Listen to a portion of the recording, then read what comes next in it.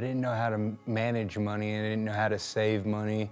All I knew was how to spend money.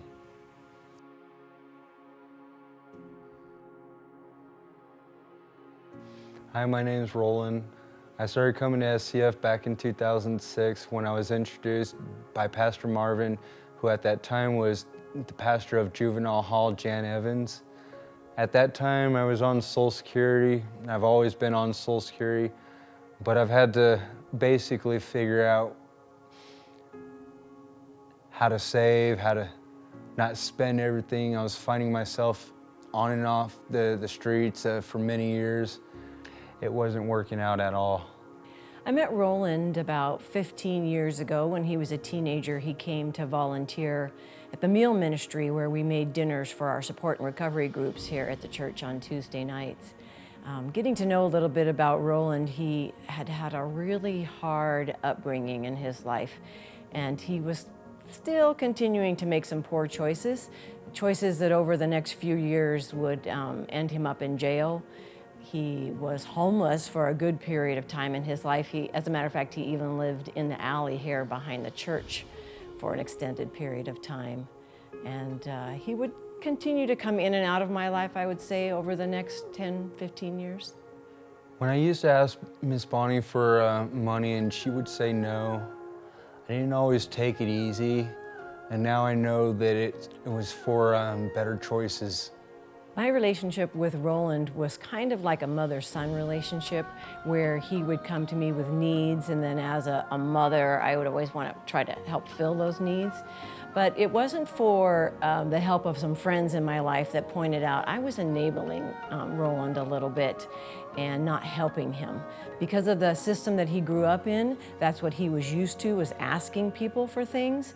And I felt like he needed to learn how to think more forward. How am I going to make it through not just today, but how am I going to make it through this week and this month? And it was when I read the book Toxic Charity that I realized again that I really wasn't helping Roland. So my husband and I sat down and we talked about how we could empower him to help himself and be more independent. And so when Roland again came to me with a need, he needed some tennis shoes, I think, at this point, we decided that we would have him come to our home and help us with some yard work. And in return for that, we took him shopping to buy tennis shoes. So is that he was buying it for himself and doing it for himself. And I saw such a pride in him when that took place. He actually asked if I could help him make some flyers at that point so that he could start advertising and getting more side jobs so that he could earn money, so that he could buy the things that he needed. And I don't know what led me to trust Bonnie, but we developed a very good friendship, and well, I decided we got the stimulus last year, and right before the stimulus came, Bonnie urged me, why don't you put a bunch of that into savings?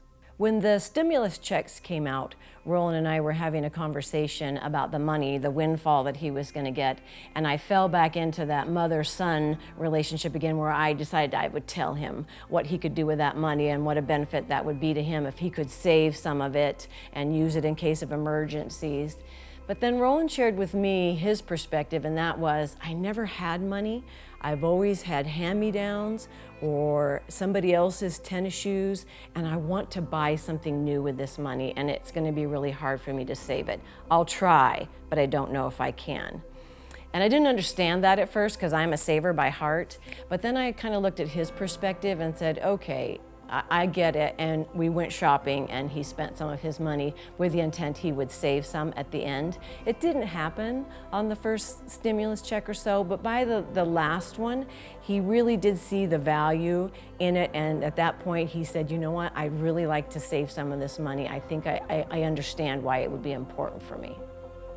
In my past, I always tried to do things my own way, and well, there's always consequences that came out of those because I wasn't trying to listen to God. I wasn't trying to listen to anybody's advice. Well, now look at me. My daughter asked me a question the other day and she said, why do you keep helping that boy? And I said, you know, I don't know. God brought Roland into my life 15 years ago, and our relationship will wane and Roland will go out of my life, and then God will bring him right back into my life.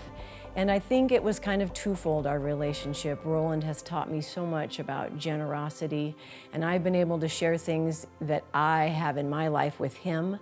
And I'm so proud of him today because of he's taken those things and he's applied them to his life. And I feel like we have both grown because of it.